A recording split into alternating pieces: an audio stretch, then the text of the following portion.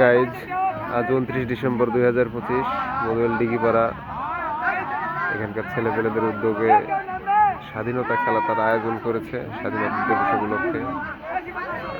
তার মধ্যে একটা খেলা তারা আয়োজন করেছে। এই যে একটা পুকুর শুকানো হয়েছে, পুকুর শুকানো হওয়ার পরে কাদা হয়ে আছে। এই কাদার মধ্যে দৌড়ে এই প্রান্ত থেকে ওই প্রান্ত যারা যেতে পারবে তারা প্রথম দ্বিতীয় স্থান অধিকার করবে।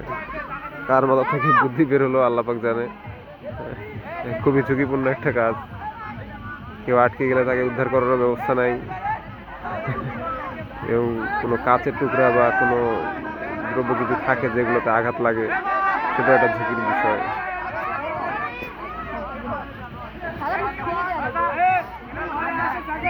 এই যে তারা খেলায় অংশগ্রহণ করতেছে, মেহেদি ভলেন্টিয়ার।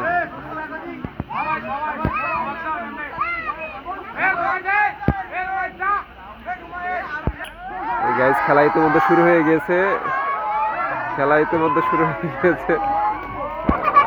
সম্ভবত মিরাজ প্রথমে ছিল, পিছিয়ে পড়ে গেল। এই পিছনে এখানে একজন আছে। গাইজ খেলাটা মজার ছিল।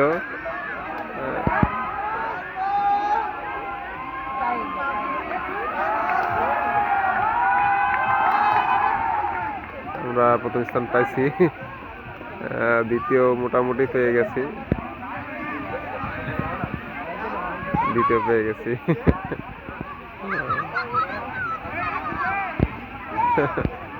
ব্যাপারটা মজার ছিল। তারা এখনো উঠতে পারে নাই, ক্লান্ত শরীর।